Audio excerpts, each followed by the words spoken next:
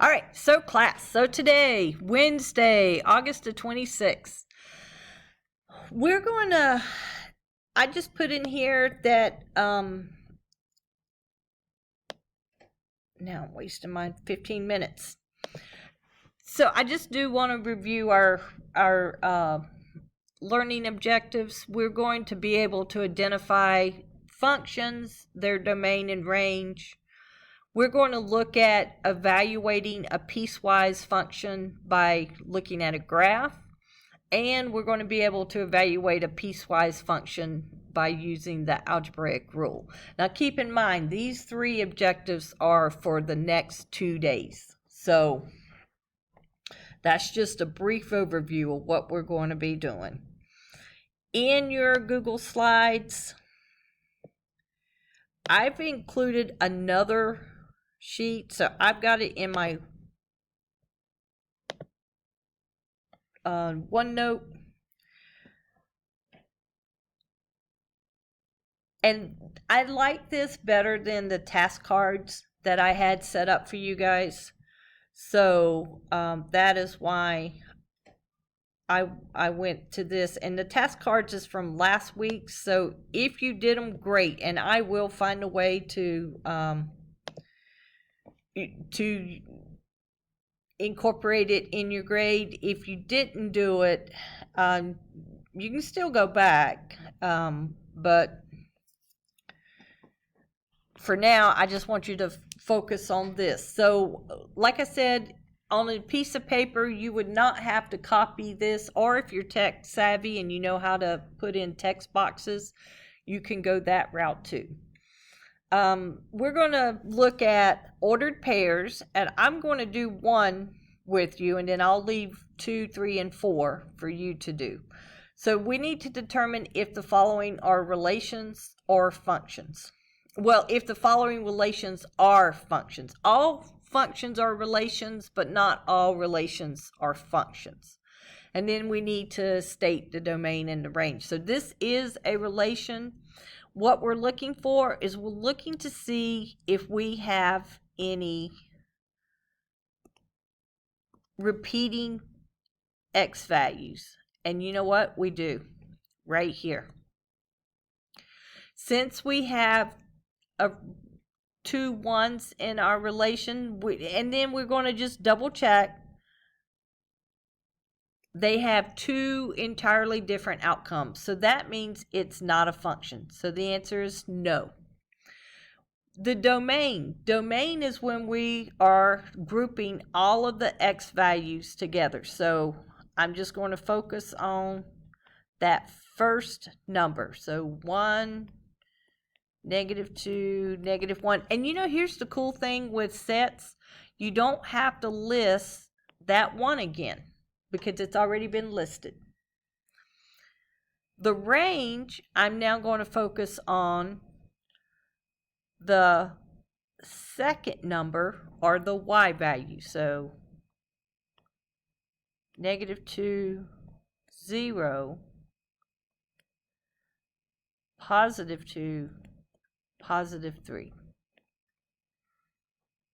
And that's that. That's what you do. So you'll do that for 2 and for 3. When looking at a relation that's been graphed, so this is a relation, it has been graphed, we're going to write out its coordinate points though. So its coordinate points, starting here at the far left, this point is -2, -2. And then the next coordinate point I come to is -1, +1.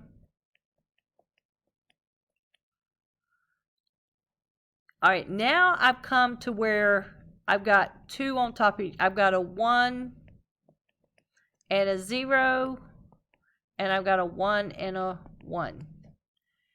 And then I come and I've got 2, 3, 3, 3, and 3, -2. All right. So I'm writing to where it runs over on the other page. Domain. Domain means I'm looking for all of the X values. So I'm going to do domain in a different color this time. I kind of like this pen. I start having fun with my pen. All right, now the cool thing is I do not have to list numbers, duplicate numbers twice. So -2, -1, +1. I only have to list it once, and 3.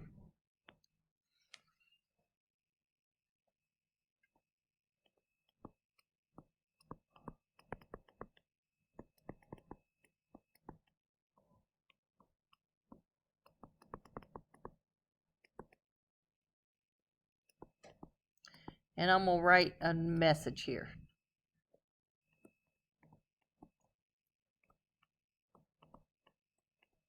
All right. So I'm writing a little message. And I'm saying that you do not have to list duplicate numbers more than once. Now the range. So the range, let's go change our color. What color we want for range? Let's do rainbow color for range. All right, so here we go. Here's our range. This time we're looking at all of the Y values. Now the cool thing about the Y values, just like with the domain, you don't have to list the numbers twice. So for example, -2, that's already been listed. 1, 0, and then 3.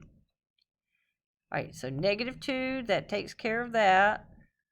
3, that's there. 1, 0. And that's the range. Now the question is it a function? So even though these are not connected, they still have to obey the vertical line test, which means if I drop a vertical line, anywhere I drop it, it should only touch one point. And it fails the vertical line test. It also fails the test up here of duplicate x's. So the answer is no, it's not a function.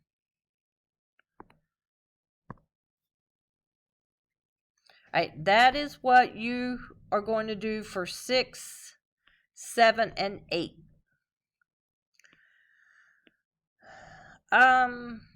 Now it's telling us to express it as a mapping.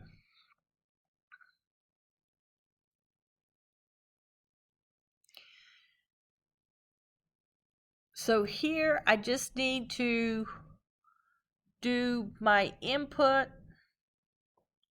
which is -2, 0, 5. Oh, I don't have to list -2 twice.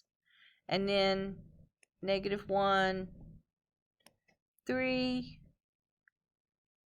and 4. And then I don't have to list 3 twice. All right, so this gets a little tricky. So here's our little mapping. I'm just going to put I and O, input, output. This is our output. Okay, so -2 maps to, let's change the color up. All right, so -2 maps to -1. 0 maps to 3. 5 maps to 4. Hey, it's looking great until what? We get down here and lo and behold, 2 maps to 3. Now the fact that 2 of them map to 3, that's not an issue. The problem is that this X value, the input, goes and maps to 2 different values. That's the problem. So now let's go back. Domain is just simply X values. Range is the Y values, the output. And our answer is no, it's not a function. So that's what you do for 10, 11, and 12. Now we're looking at a graph. This time, we're not talking about distinct numbers. So like, notice the big difference. Here, I've got some very distinct numbers that are being, that are out here. Distinct. Can't spell here.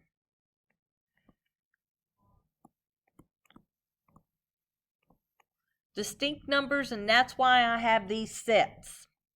Up down here, now I'm looking at a graph. So I do have endpoints. So I do know that there's an end as far as my domain and range go, because I even have endpoints here and here. All right. And this is where I can increase it so that we can look at it. So domain, this is left to right.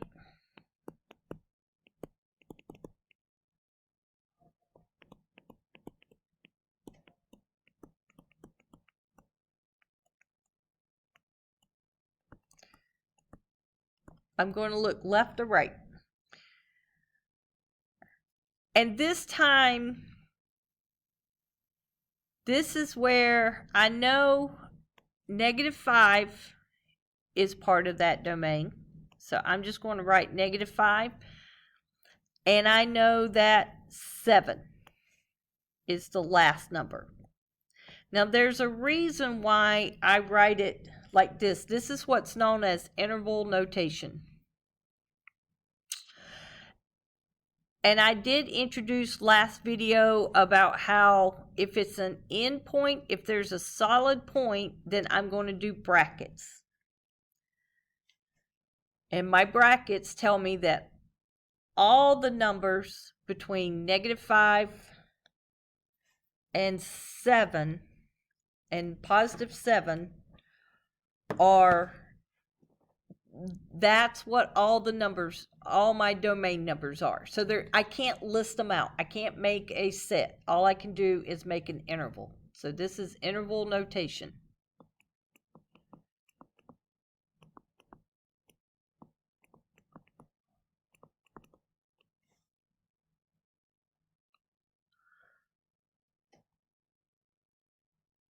Range. So for the range, I'm going to look from bottom to top.